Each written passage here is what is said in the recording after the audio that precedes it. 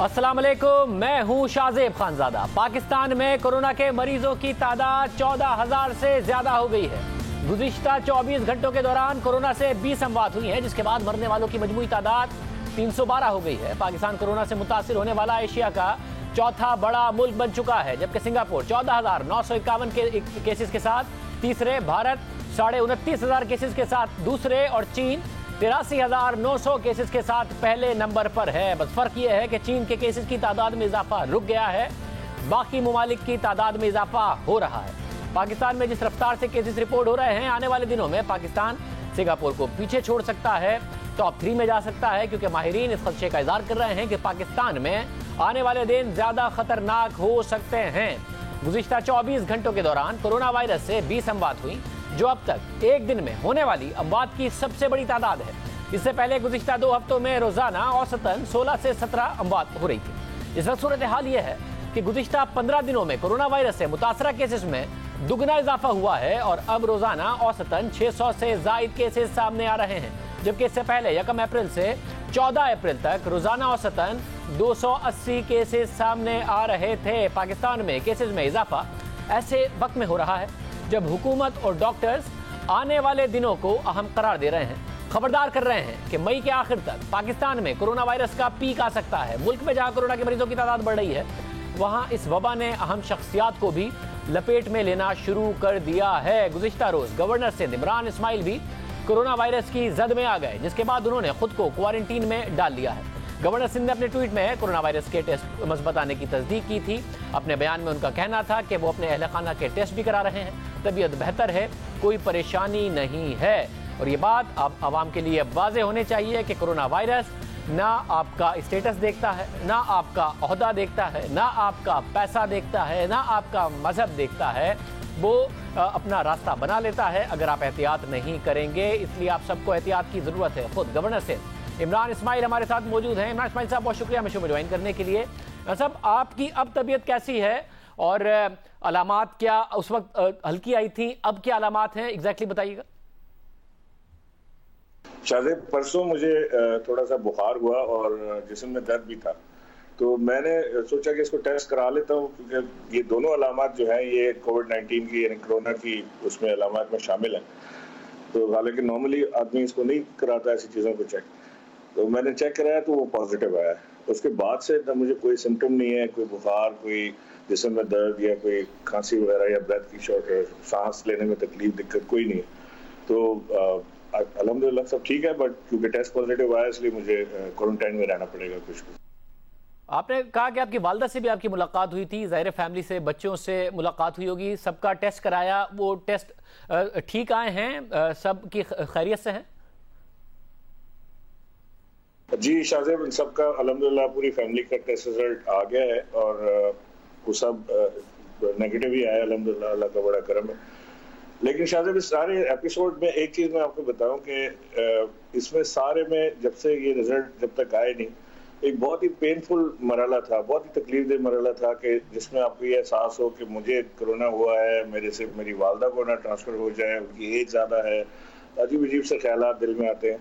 तो बच्चों का भी ख्याल आता है, तो अपने आप में आदमी थोड़ा सा मुजरिम फील करना शुरू कर देता है कि मेरी वजह से हो गया। मैंने अपनी वालदा के साथ इफ्तार की थी, मैंने उन्हें बुलाया था, उनके साथ दिन गुजारा, तो मेरी वजह से ना हो गया। लेकिन शुक्र है अल्लाह का कि वो नहीं हुआ। रसब, ये बड़ी अहम बात आपने की है। अवाम के लिए भी पैगाम है, नौजवानों के लिए भी पैगाम है जो खुद एहतियात नहीं करते, कि आपके जब हुआ तो आपके लिए 12 से 14 घंटे बड़े मुश्किल गुजरे कि आपकी वजह से कहीं आपकी फैमिली को, आपकी वालदों को ना हो गया। इसलिए लोगों को सोचना चाहिए कि अपना नहीं तो अपने घर वालों का, अपने वालदैन का, बुजुर्गों का ख्याल करें।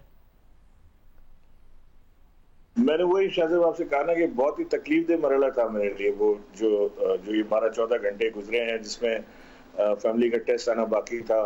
उनका टेस्ट हुआ रात को, टेस्ट भी लेट नाइट हुआ क्योंकि अवेलेबिलिटी कम थी।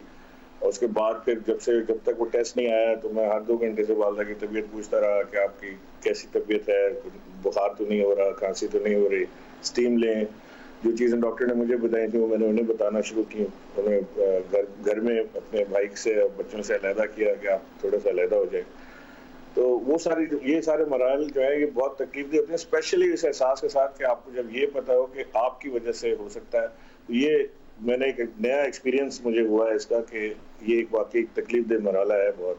और मैं आपके टीवी के तवज्जुह से अगर आप याद दें तो मैं सारे अपने नाजरीन से ये गुजारिश करूंगा कि बहुत एहतियात कीजिए, इसमें बेइंतहा एहतियात की जरूरत है। जरूरी नहीं है कि आपको किसी से कोरोना वायरस का खतरा हो, आपसे भी लोगों को खतरा हो सकता है। और ये एक ऐसा मर्ज है या ऐसी डिजीज है कि जो पता ही नहीं लगता कि कब वार कर रहे हैं। तो इसके वार का पता नहीं है, इसकी काट का पता नहीं है, इसकी दवाई का पता नहीं है, कोई वैक्सीन नहीं है। तो लिहाजा एहतियात ही सिर्फ वाहिद वो हल है इस वक्त जो हम कर सकते हैं। तो एहतियात जरूर करें इसका।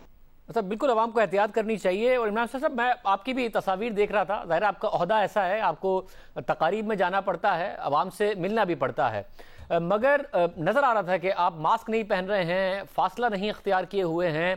ज़ाहिर है आपकी अपनी ज़िंदगी बहुत ज़्यादा अहम है, मगर साथ में आपकी तरफ से जो पैगाम आवाम को जाए वो भी बहुत ज़्यादा अहम है। जो आप अभी भी दे रहे हैं वो बात अहम है, आवाम को अमल करना भी चाहिए। बट आपको लग रहा है कि एहतियात की कमी आपने की? शाहजेब, होता ही है कि जैसे मैं जो बड़े शहर या इलाके ऐसे हैं जहाँ पे लिटरेसी रेट थोड़ा बेहतर है, वहाँ पे तो लोग समझते हैं इस चीज़ को और एजुकेशन भी उनको इस मामले में एजुकेट भी हुए हैं। लेकिन जहाँ पे ये कम है, इसकी मालूमात लोगों को कम है, उन्हें अंदाजा नहीं है इसका, तो वो वहाँ पे बद एहतियाती करते हैं। अब अगर मैं एहसास सेंटर्स में गया तो जो मेरा काम है मुझे जाके देखना था कि लोगों को पैसे ठीक मिल रहे हैं नहीं मिल रहे हैं, उनको उनके साथ जाती तो नहीं हो रही, जो शिकायत आ रही थी उनके खिलाफ FIR कटवानी थी, हमले को चेक करना था।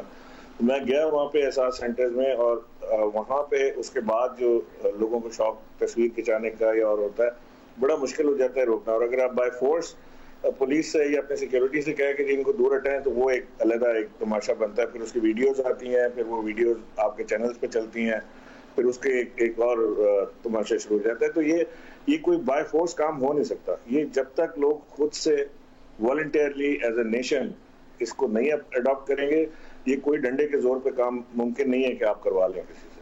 साथ में ये भी बताइएगा कि आपके साथ बिजनेस कम्युनिटी के बहुत सारे लोग नजर आए पिछले दिनों में, फिर सियासी शख्सियात से भी आपकी मुलाकात हुई है, आपका अपना स्टाफ है वहाँ पर मौजूद है। क्या सबको आपकी सिंध हुकूमत से बात हुई कि उन्हें ट्रेस करें, ट्रैक करें? उनसे खुद से भी आपकी बात हुई कि भाई सब अपने अपने टेस्ट कराएं? जी, स्टाफ तो हो गया है काफी हद तक। बाकी जिन दोस्तों के साथ या इंडस्ट्रियलिस्ट के साथ या ट्रेडर्स के साथ जिनसे भी मुलाकातें हुई थी, आई एम श्योर वो भी अपना करा रहे होंगे। सिंध गवर्नमेंट ट्रैक कर रही है जो मेरे दौरे के दौरान मेरी जिन लोगों से मुलाकात हुई, DC से और जो कमिश्नर थे और पुलिस के जो अरकान थे, उनसे मेरे साथ जो MPAs वगैरह थे वो तो अपना उन्होंने करा लिया है टेस्ट, लेकिन उनका टेस्ट भी होना लाजमी है कि वो होना है। आई डोंट नो किससे लगा, लेकिन बहरहाल मेरा अपना ख्याल ये है कि उसी दौरे के दौरान किसी न किसी से कांटेक्ट ऐसा मेरा हुआ है जिसे ये वायरस था। इमरान साहब, ज़ाहिर एक तरफ तो एहतियात बड़ी लाजमी है और दूसरी तरफ लोगों में खौफ बहुत ज़्यादा है। तो मैं चाह रहा हूं कि क्योंकि आप इस सूरत हाल से गुजर रहे हैं, आपने खुद को क्वारंटीन किया हुआ है, बड़ी अच्छी बात है माशाल्लाह कि आप सेहतमंद लग रहे हैं और आप खुद कह रहे हैं कि ऐसी आपकी तबीयत भी ख़राब नहीं है। तो आवाम को कम से कम ये भी बताइए कि अगर उनमें अलामात हों तो वो डर के घर पर ना बैठे रहें, वो अपना टेस्ट ज़रूर कराएं और एहतियात करें। मगर लाजमी नहीं है कि उनको ये वायरस बद एहतियाती ही की वजह से लगेगा, बद एहतियाती की वजह से शायद इसको लगने का चांस बढ़ जाए, मगर वैसे भी उनको वायरस लग सकता है।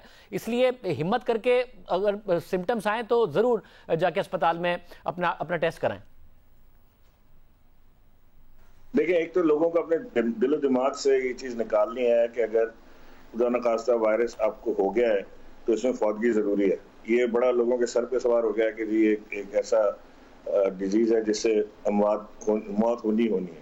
ऐसा नहीं है, ये ऐसी कोई डिजीज नहीं है जिससे मौत वाक़ई होना जरूरी है इसमें, बल्कि इसको तो आप समझें कि एक तरह की ब्लेसिंग है उन लोगों के लिए जिनको वायरस होके और जल्द खत्म हो जाता है और रिकवर कर जाते हैं।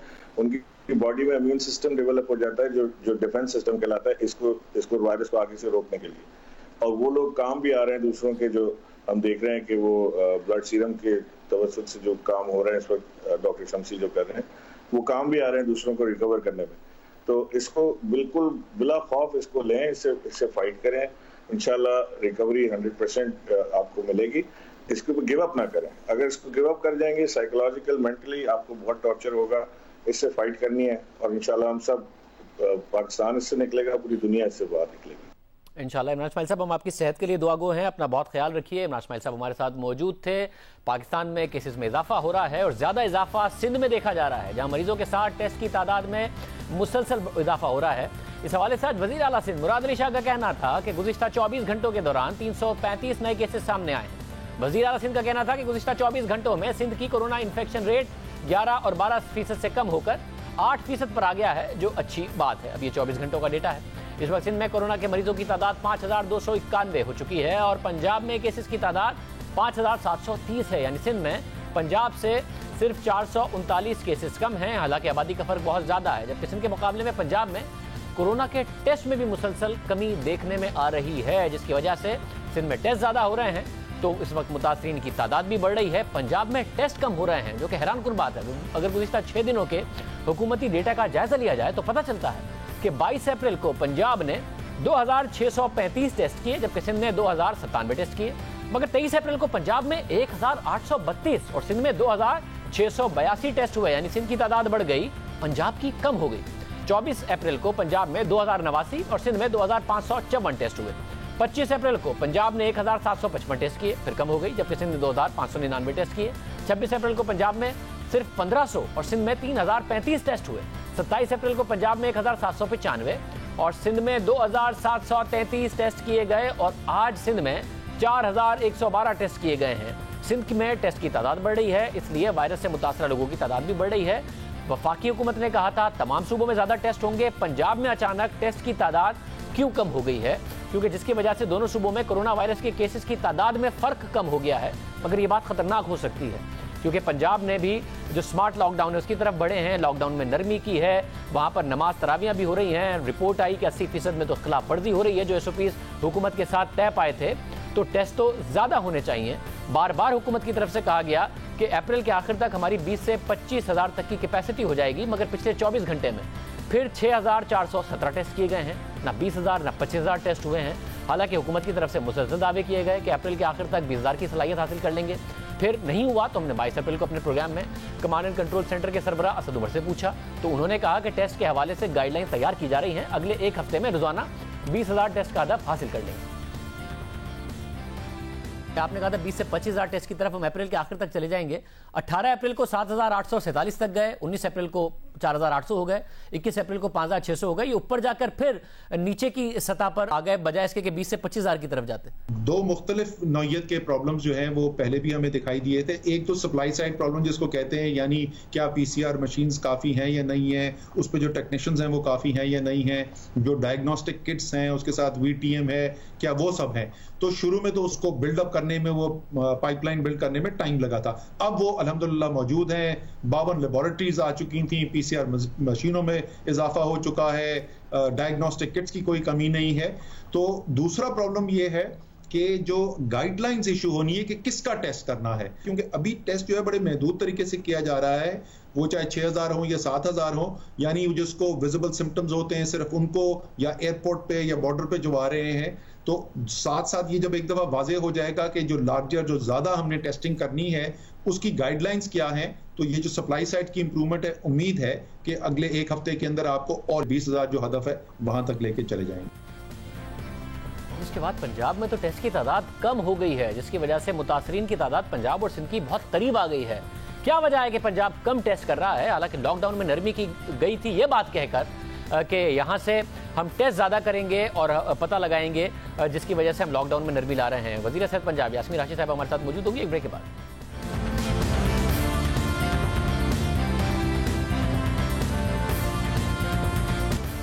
ब्रेक से पहले बात हो रही थी कि पंजाब में तादाद बढ़नी थी टेस्ट की, मगर कम हो गई, सिंध में बढ़ गई है, जिसकी वजह से केसेस की तादाद दोनों सूबों में तकरीबन बराबर होने जा रही है। डॉक्टर यास्मीन राशिद साहबा वज़ीर सेहत पंजाब हमारे साथ मौजूद हैं। डॉक्टर साहबा बहुत शुक्रिया। डॉक्टर साहबा, लॉकडाउन को जब नरम किया गया तो इस शर्त के साथ किया गया कि अब टेस्ट बढ़ेंगे।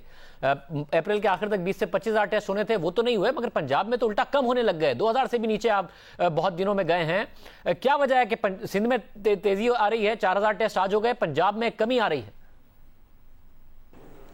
असल में शहजाद साहब, पहले तो हमारा इरादा था कि हम लोग, आपको अगर याद हो तो मैंने ये कहा था कि हम सैम्पलिंग करने लगे हैं, लेकिन कम्युनिटी सैम्पलिंग करने लगे हैं, लेकिन उसके अंदर थोड़ी सी ताख़ीर इसलिए आई कि हमारे साथ कुछ हमारे एक्सपर्ट्स हैं, पाकिस्तानी एक्सपर्ट्स हैं जो येल यूनिवर्सिटी से और MIT से और हार्वर्ड से, उन्होंने हमें ज्वाइन किया और उन्होंने कहा कि ये जो हम सैम्पलिंग करने लगे हैं इसको थोड़ा सा बेहतर कर लें और इसका बेहतर तरीका इख्तियार कर लें ताकि वो हमें आइंदा के लिए बहुत अच्छी किस्म की नॉलेज दे सकेगी about how to manage this lockdown. तो उसके ऊपर फिर नेचुरली वो दोबारा उस पर कुछ काम किया गया। अब इंशाल्लाह हम कल से शुरू करने लगे और कल क्योंकि अब कम्युनिटी सैम्पलिंग होगी, हमारा इरादा है कि इंशाल्लाह इस हफ्ते के अंदर अंदर पूरी कोशिश कर रहे हैं कि जो जैसे रूटीन के जो टेस्ट हो रहे हैं उसके अलावा हम पूरी कोशिश करेंगे कि तकरीबन 12,000 से ज़्यादा टेस्ट इस हफ्ते के अंदर हो जाएं, जिसके अंदर हमने वो कम्युनिटीज़ पिक की हैं जो हमारी फ्रंट लाइन पे काम कर रही हैं, जैसे कि हमारे डॉक्टर्स हैं, फिर हमारे मीडिया हाउसेस हैं, फिर उसके बाद जिस तरह पुलिस है, फिर उसके बाद हम उन हाउसेस के इर्द गिर्द भी ब्लॉक्स जो हैं ना, जिन एरियाज़ को हम हॉट एरियाज़ कह रहे हैं, जहाँ नंबर ऑफ़ केसेस जो हैं वो ज़्यादा हैं, उनके इर्द गिर्द जो भी we are trying to do those areas also. तो एक बड़ी सैम्पलिंग भी हम करने लगे हैं हम, और पूरी कोशिश करेंगे कि हम किसी नताइज पे पहुँचें कि इस वक्त लोकल स्प्रेड जो है उसकी क्या एग्जैक्ट सिचुएशन क्या है, ताकि हम फिर अपनी अगली प्लानिंग जो है उसके मुताबिक करें। डॉक्टर साहब, समझा गया था कि जो लॉकडाउन में नरमी की गई है वो प्लानिंग के साथ की गई है, नरमी कर दी फिर प्लानिंग की गई है, टेस्ट की तादाद कम हो गई। आज अब आपने फिर कितने टेस्ट किए हैं? नहीं, वो तकरीबन हमारे आज के दिन भी कोई तकरीबन 2000 टेस्ट अब तक हो चुके हैं और बाकी रिजल्ट साथ साथ आ रहे हैं। Actually you manage to get all the results in the evening, उनको फिर इकट्ठा किया जाता है, क्यूमुलेटिव किया जाता है। अब आपको पता है कि हमारे कुछ 7 लैब्स जो हैं वो काम कर रहे हैं बहुत सारी जगहों पे। अब एक वक्त था जब हमारे पास बड़ी बड़ी कम्युनिटीज़ थी ज़ायरीन की, जिनको हम बार बार टेस्ट कर रहे थे। अब अल्हम्दुलिल्लाह वो सब सेहतयाब होकर घर जा चुके हैं।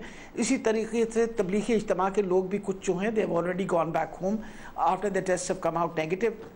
हर रोज़ जो नंबर ऑफ़ पीपल जो हमारे पास दाखिल हैं उनके भी टेस्ट होते हैं, जो नए आ रहे हैं उनके भी टेस्ट होते हैं। अब हम ज़्यादा इनकरेज कर रहे हैं कि लोगों को, और आपके प्रोग्राम के वसादत से मैं ज़रूर कहूँगी कि लोगों का ये ख्याल है कि हम ऑन रिक्वेस्ट टेस्ट हमें करना चाहिए। तो मैं आपको बताना चाह रही हूँ कि दुनिया के किसी बड़े मुल्क में भी जो बहुत तरक्की याफ्ता भी, वो भी इलेक्टिव टेस्टिंग नहीं कर पाते, और हमें ये करना पड़ेगा कि जो लोगों को शक व शुबा है कि खुदा न खास्ता उनको कोई कोरोना वायरस का प्रॉब्लम है, तो जो हमारे ट्रायल सेंटर्स हमने बनाए हुए हैं, जैसे आपको पता है एक्सपो सेंटर इस वक्त लाहौर हमारा मेन हॉट स्पॉट है, तो वहाँ वो 24 घंटे चलता है, और अगर लोगों को शक है तो वहाँ तशरीफ़ लाएँ, उनको आइसोलेट किया जाएगा, उनका टेस्ट किया जाएगा, विद इन 48 आवर्स हम उनकी रिपोर्ट देंगे। In case they are negative, there is nothing to worry. अगर पॉजिटिव हुए तो फिर उनको हॉस्पिटल में आइसोलेट किया जाएगा। ये सारा एक SOP हमने डेवलप किया हुआ है, मगर इसीलिए हमने। मगर डॉक्टर साहब, मैं फिर इस वाले मामले पर आ रहा हूँ, ये परेशान कुन बात लग रही है। आपने कहा आज भी 2000 हैं, अब सिंध में आज 4000 हैं। अगर पाकिस्तान ने 20,000 टेस्ट करने तो आपके कम से कम 10,000 होने चाहिए थे आज, आबादी के तनासुब के हिसाब से भी देखें, ताकि पूरे मुल्क में दूसरे सूबों को मिला के 20 से 25,000 होते। आप लोगों ने लॉकडाउन नरम कर दिया, तरावियां हो रही हैं, उसमें SOP फॉलो नहीं हो रहा है, बाकायदा तौर पर कहा जा रहा है, नमाज हो रही है, वैसे कारोबार खुल गया है, और टेस्टिंग आपकी कम हो गई। परेशान कुन बात है। जी, आप बिल्कुल सही फरमा रहे हैं शाहजेब साहब। यही मैंने आपको बताया ना कि करनी हमने पिछले हफ्ते से शुरू कर दी थी। उसमें थोड़ी सी ताख़ीर इसलिए हुई because we thought we will improve the जो वो मैट्रिक्स है उसको इसी तरह इम्प्रूव कर लें, और उसके लिए थोड़ी सी डिले हुई। लेकिन आज से टेस्टिंग ऑलरेडी शुरू हो चुकी है, एंड बाय टुमारो इंशाल्लाह उम्मीद है कि नंबर ऑफ़ टेस्ट जो हैं वो इंक्रीज़ कर देंगे। फिर आपको पता है ऊपर से सबसे बड़ी बात है फ़्लाइट्स भी अब आनी शुरू हो गई हैं। अब जिस तरह हमारे पास जो एक शारजा की फ़्लाइट आई है उसके अंदर there were more than 230 people, जिसके अंदर से एक बहुत बड़ी तादाद पॉजिटिव निकली है, which is again very alarming. We are still importing in viruses from outside Pakistan. यानी मकसद ये है कि जो बाहर से लोग आ रहे हैं उनके भी इस वक्त क्वारंटीन करके उनके टेस्ट हम कर रहे हैं। और अब आपको पता है कि पंजाब हैज़ ऑलरेडी एक्सेप्टेड कि हमारे 3 एयरपोर्ट्स पे हम already we were accepting flights. अब इस्लामाबाद की भी बहुत हद तक हमने रिस्पॉन्सिबिलिटी ली हुई है, तो इंशाल्लाह number of test will definitely improve tomorrow onwards. Doctor साहब, और जो लॉकडाउन में नरमी की गई है उसके बाद केसेस अब जो सूरत हाल आप देख रही हैं वो थोड़े दिन बाद पता चलेगा कि क्या उसका फर्क पड़ा, या अभी जो आप सूरत हाल देख रही हैं केसेस, नए केसेस की सूरत में भी, आईसीयू में जो लोग मौजूद हैं उसकी सूरत में भी, उस वक्त आपको क्या नजर आ रही है? कंट्रोल में है, आउट ऑफ कंट्रोल होती दिख रही है? नहीं, मेरा ख्याल है बहुत बेहतर हालात हैं। वजह यह है कि अगर मैं देखूं तो जो हमारे पास कंफर्म्ड केसेस हैं पंजाब के अंदर वो तकरीबन 5730 हैं, लेकिन हमें ये बात नहीं भूलनी चाहिए कि 1300 से प्लस पेशेंट्स जो हैं वो अल्हम्दुलिल्लाह रिकवर होकर घर चले गए हैं, दे हैव गॉन होम। अच्छा, फिर उसके बाद डेथ्स जो हैं 95 है। अब 95 में भी मैंने ख़ास तौर पे डेथ्स की एनालिसिस इसलिए की थी, और ये ख़ुद मैंने एनालिसिस बैठ के I have supervise this analysis for a simple reason कि कुछ अंदाज़ा हो कि सबसे ज़्यादा वल्नरेबल कौन सा ग्रुप है। तो ये देखा गया कि जो सबसे बड़ा हमारे पास वल्नरेबल ग्रुप है फ्रॉम एज 50 to 70 है, क्योंकि नेचुरली 70 ऑनवर्ड्स वैसे भी लोगों की तादाद, बूढ़े लोगों की तादाद कम हो जाती है, लेकिन 50 और 70 के दरमियान ये देखा गया है कि तादाद बहुत ज़्यादा है ऑफ द मोर्टालिटी। और वो भी उनमें से भी जब हमने बाकायदा एनालाइज किया तो 85% वो लोग थे जिनकी कोमॉर्बिडिटीज थी, मतलब कोई ऐसा बंदा नहीं था जिसको कोई और, यानी 15% लोग ऐसे थे जिनकी कोई कोमॉर्बिडिटी नहीं थी, लेकिन उसमें 85% लोग ऐसे थे जिनकी कोमॉर्बिडिटी थी कि शायद उनको शुगर की तकलीफ थी, ब्लड प्रेशर की तकलीफ थी, स्ट्रोक हुआ था, या उसके साथ उसके अलावा ऑलरेडी नोन एस्थमेटिक थे, SLE था, फिर कुछ ऐसे थे जो क्रॉनिक रीनल फेलियर में थे, कुछ ऐसे थे जो क्रॉनिक हेपेटिक फेलियर में थे। इन लोगों की ज़्यादा टेंडेंसी है। तो ये जो रिपोर्ट्स हमारे सामने आई हैं, इनसे एक जो बहुत इम्पॉर्टेंट मेरा ख्याल है हमें मैसेज देना चाहिए या लोगों में ये शऊर पैदा करना चाहिए कि खुदारा जिन लोगों को कोमॉर्बिडिटीज़ हैं, यानी आप डायबिटिक हैं, 50 साल से ऊपर ज़्यादा है, आपको तो बहुत ज़्यादा परहेज़ करना चाहिए। हर तरीके से मास्क पहने, अपने आप को सोशल डिस्टेंसिंग करें, क्योंकि देखें हुकूमत एक हद तक ही ये सारा कुछ कर सकती है, इंसानों ने अपनी हिफाजत तो खुद भी करनी है। इसीलिए 60 साल से उम्र ज़्यादा जो लोग हैं, majority of them are retired, तो खुदारा वो घर से निकले ना, बिल्कुल घर से ना निकले। वजह यह है कि कौन सी, देखिए कुछ की मजबूरी है, मेरी तो मजबूरी है, लेकिन सारों को तो निकलने की ज़रूरत है ना घर के।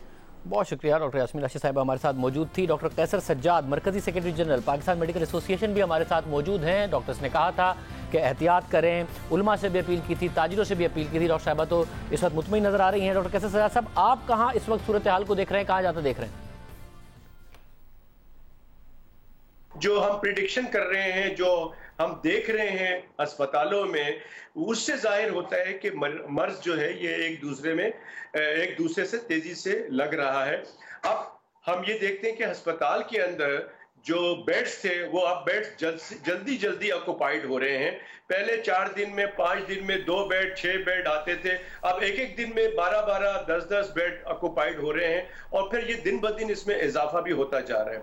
सिमिलरली यही हाल आईसीयू का है कि जहां पर वेंटिलेटर की जरूरत है वो वेंटिलेटर फुल हो गए। अगर मैं कराची में हूं तो मैंने देखा है कि अस्पताल में लोग अब वेंटिलेटर वाले पेशेंट ले नहीं रहे हैं कि हमारे पास जगह नहीं है, एक से दूसरी जगह, दूसरी से तीसरी जगह, और फिर कहीं और जाके उसको एडमिशन मिलता है। यही हाल मैंने पंजाब से मालूम किया है, क्योंकि मेरी जिम्मेदारी पूरे पाकिस्तान की है एज ए सेक्रेटरी जनरल। तो मैं बलूचिस्तान से भी राब्ते में हूँ, पंजाब से भी हूँ, KPK से भी हूँ। तो मुझे ये बताया जा रहा है कि ये सूरत हाल बढ़ रही है। ऑलमोस्ट सबसे ज्यादा इस वक्त पंजाब की सूरत हाल मुझे लग रही है, और कराची की ज्यादा सूरत हाल हो रही है, जहां पे डॉक्टर सबसे ज्यादा अफेक्टेड हो रहे हैं इसमें, और पैरामेडिकल स्टाफ। अच्छा, और ज़ाहिर इत्तलात आ रही हैं कि डॉक्टर्स और पैरामेडिकल स्टाफ में तेजी से ये फैल रहा है। ये कितनी तशवीशनाक बात है, और क्या ये इस दुनिया भर में हुआ है कि डॉक्टर्स और पैरामेडिकल स्टाफ मुतासिर हुए? क्या पाकिस्तान में ये रेशो ज्यादा है? हमारा सेहत का जो इंफ्रास्ट्रक्चर है वो बहुत वीक है।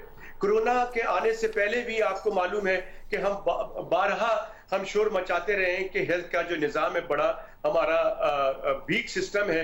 लेकिन जो कोरोना आने के बाद हमें फिक्र ये है कि जो सिस्टम है वो सिस्टम कोलैप्स ना हो जाए। इस वक्त मैं आपको बताऊं, मैं नाम से नहीं बता सकता, लेकिन कराची के कुछ अच्छे डॉक्टर्स जो हैं वो इस वक्त आइसोलेट हो गए हैं, क्वारंटाइन में चले गए हैं, क्योंकि उनको कोरोना पॉजिटिव हो गया है। और उनकी वजह से जो उनके साथ दोस्त थे वो भी अच्छे डॉक्टर्स हैं, सीनियर डॉक्टर्स हैं, वो तमाम के तमाम अब एहतियाती तदाबीर अपनाने के तौर पे ग्राउंड हो गए। मेरा पॉइंट ये है कि यही हाल तमाम जगह पे हो रहा है कमोबेश। अगर इसमें इजाफा हुआ और डॉक्टर्स और पैरामेडिकल स्टाफ सारे के सारे मेजॉरिटी क्वारंटाइन में या आइसोलेशन में चले गए तो इन मरीजों को कौन देखेगा? खुदा ना खास्ता अगर इस बीमारी में मरीज का इजाफा होता है तो अमवात में इजाफा बढ़ेगा। बहुत शुक्रिया डॉक्टर कैसर सज्जाद, इस हवाले से अपना पॉइंट ऑफ व्यू दे रहे थे। प्रोग्राम में एक ब्रेक शामिल करते हैं। बहुत बहस होती है कि कोरोना की वबा हो या दूसरे मामलात हों, ये हमारे गुनाहों की वजह से है। फिर ख़वातीन को, उनके कपड़ों को बहुत कुछ ऐसी बातें कर दी जाती हैं। क्या ये बात दुरुस्त है? बात करेंगे ब्रेक के बाद।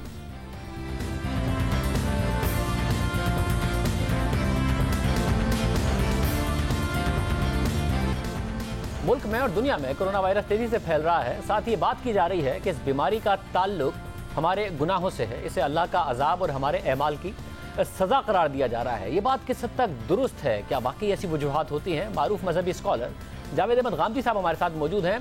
गामदी साहब, बहुत शुक्रिया हमें शो में ज्वाइन करने के लिए। गामदी साहब, ये आमतौर पर होता है, ज़लज़ला आए, सैलाब आए, कोई दूसरी आफात आए, कोरोना वायरस आ गया है, ये कह दिया जाता है कि जी ये हमारे गुनाहों की सज़ा है। अल्लाह ताला इस वक्त ये पैगाम दे रहा है क्योंकि हम गुनाह बहुत कर रहे हैं, इसलिए इस किस्म की वबाएं आ रही हैं। तारीखी तौर पर वबाएं आती रही हैं। क्या ये दुरुस्त बात है?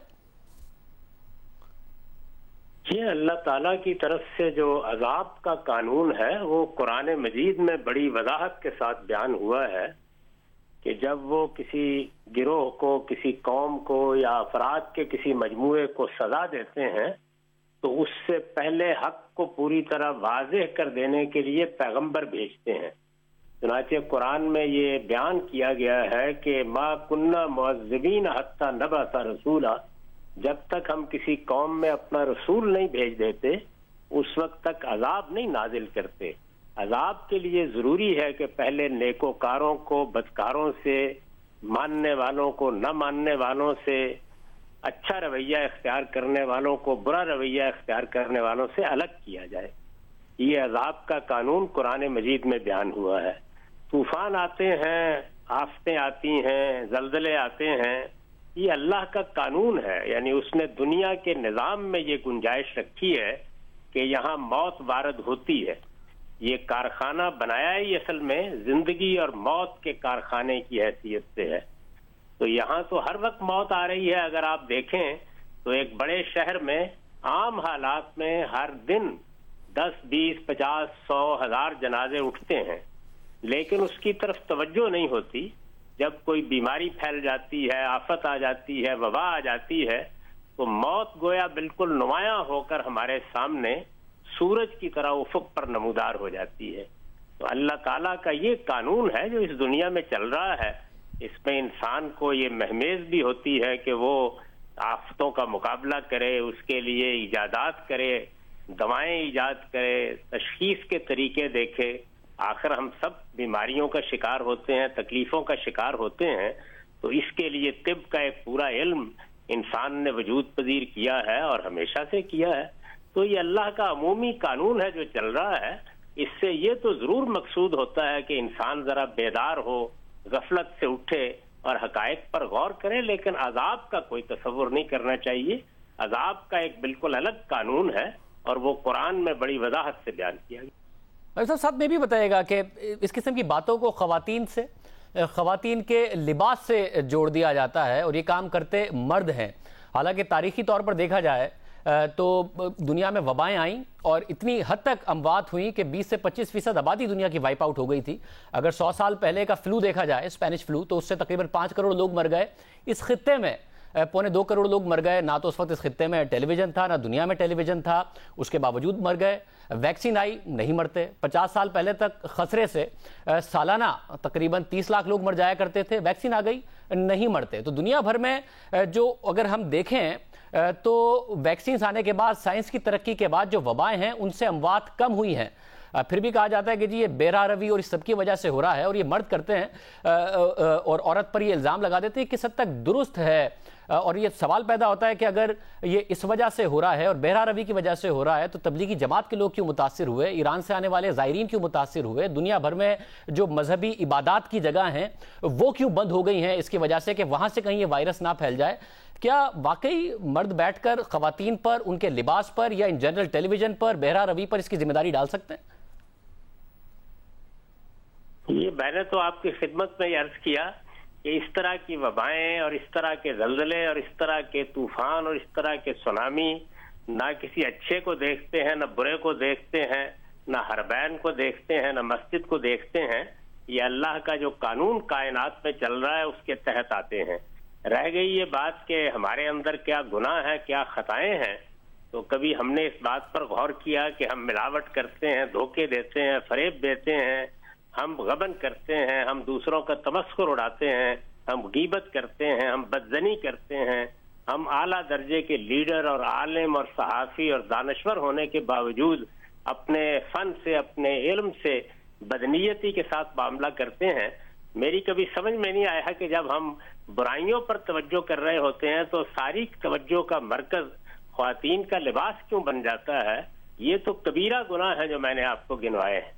यानी ये सब वो है कि जो आप नजर उठा के देखें तो हमारी कौम में किस हद तक किए जाते हैं। हम तो ये उम्मीद नहीं कर सकते कि कोई दवा खरीदेंगे तो वो हमें खालिस मिल जाएगी। तो ये सब जराइम, ये कोई मामूली जराइम नहीं है जिनका मैंने जिक्र किया है, ये हमारी सोसाइटी के अंदर मौजूद है। लेकिन मजहबी तबके का अजीब मामला है कि जब उसको किसी जुर्म का जिक्र करना होता है तो सबसे पहली निगाह ख्वातीन पर पड़ती है।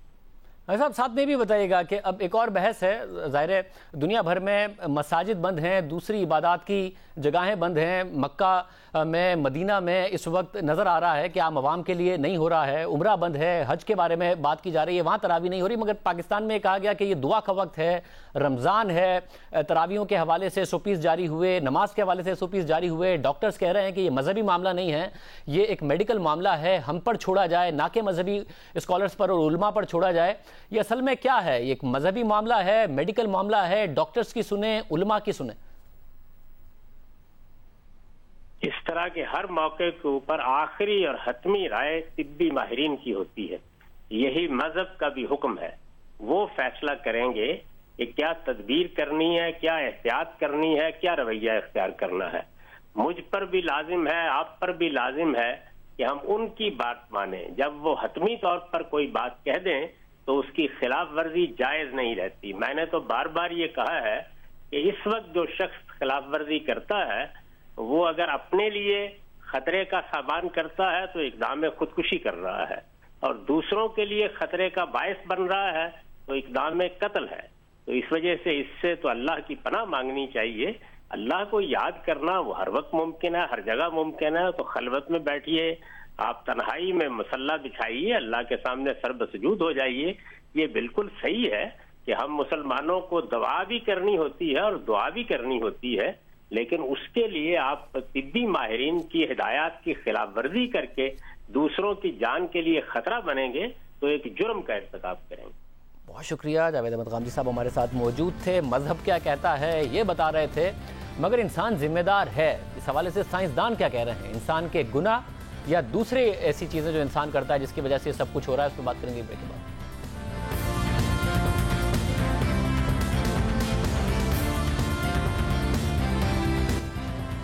माहौलियात के माहिरीन ने, साइंसदानों ने कोरोना वायरस का जिम्मेदार इंसानों को करार दिया है और खबरदार किया है कि अगर इंसान कुदरत के निज़ाम के साथ मजीद खिलवाड़ करते रहेंगे तो कोरोना वायरस से बदतर वबाओं के लिए तैयार हो जाएं। बरतानवी अखबार दी गार्जियन में माहिरीन ने अपने ख्यालात का इजहार करते हुए कहा कि दुनिया को हालिया जितनी भी वबाओं का सामना करना पड़ा है वो इंसानी कामों का नतीजा है, खासकर हमारा आलमी मुआशी निज़ाम जो किसी भी कीमत पर सिर्फ मुआशी तरक्की चाहता है। गार्जियन ने माहौलियात से मुताल्लिक माहिरीन की गुज़िश्ता साल की रिपोर्ट का हवाला देते हुए लिखा है कि ज़मीन पर जो कुदरती ज़िंदगी का निज़ाम है उसकी मुसलसल गिरावट से इंसानी मुआशरा खतरे में है। माहिरीन के मुताबिक जंगलों की मुसलसल कटाई, एग्रीकल्चर, माइनिंग और इंफ्रास्ट्रक्चर का बेपनाह फैलाव और इंसानों की तरफ से वाइल्ड लाइफ के इस्तेहसाल ने बीमारियों के फैलाव के लिए एक तूफान को जन्म दे दिया है। ये मामलात हैं जिन्होंने वबाओं को जन्म दिया, जिनसे 70% इंसानी बीमारियां जन्म लेती हैं।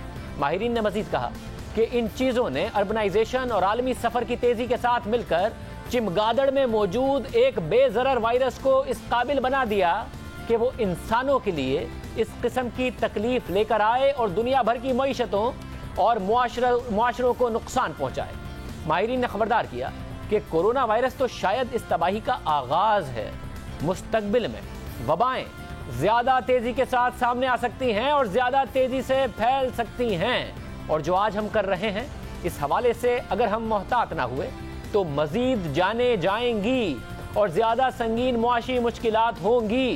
गार्जियन के मुताबिक साइंसदानों का कहना है कि मईशतों की बहाली के लिए हुकूमतें जो खरबों डॉलर्स के पैकेजेस ला रही हैं उसका इस्तेमाल माहौलियात को तहफ़्फ़ुज़ फराहम करने के लिए भी होना चाहिए, क्योंकि ये सियासी तौर पर तो ठीक है कि आप माहौलियाती ज़रूरियात को नज़रअंदाज कर दें और इंडस्ट्रीज़ की हौसला अफजाई की जाए, लेकिन ऐसा करके बुनियादी चीज़ों को नज़रअंदाज करना मुस्तकबिल में मज़ीद वबाओं के लिए दरवाज़ा खोलने के मुतरादिफ है।